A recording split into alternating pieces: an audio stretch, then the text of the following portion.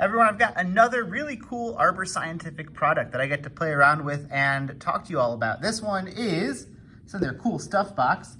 It's to investigate center of gravity. And so there are these little plastic things here, brass pins, some markers, and they also have, I have them over here, these devices they're calling pendulums. You use it to explore where the center of gravity is for each of these four little pieces of plastic. And inside the box, there are 6 sets of this, so you can set up some lab stations. But the idea is you grab any one of these devices, there's a bunch of holes in them, and you hang them from one of those brass pins that they provide. And you can then also grab the little pendulum guy and hang it from the brass pin.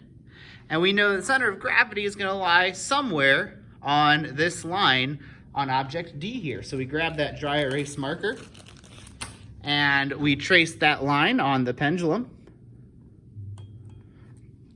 and pull it back and say, all right, there's our line somewhere where there's the center of gravity. How do we find this individual point? Well, we move to a different pin. We place the pendulum. The center of gravity is always going to be below where it hangs stably. So again, we can mark the line on D here. And there we go. Grab one more just for the video, but you can have your students do all of the points. And again, we should see that the center of gravity lies along that line. Trace it down.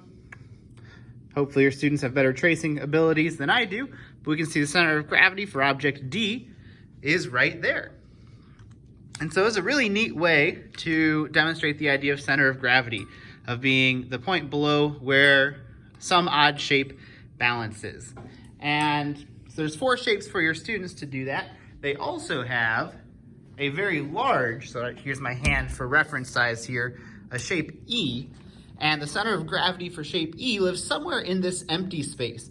And so after you trace out your lines, you can talk about how the center of gravity may be a point in space, but it doesn't necessarily need to be located inside the actual object itself. So, really neat way to do a center of gravity demonstration. I've seen people do similar things with cardboard before and student cutouts. But this is a nice way to have something that's reusable from year to year and that has specific shapes so you can get that point across of the center of gravity maybe existing in empty space, not on the object. So, neat product.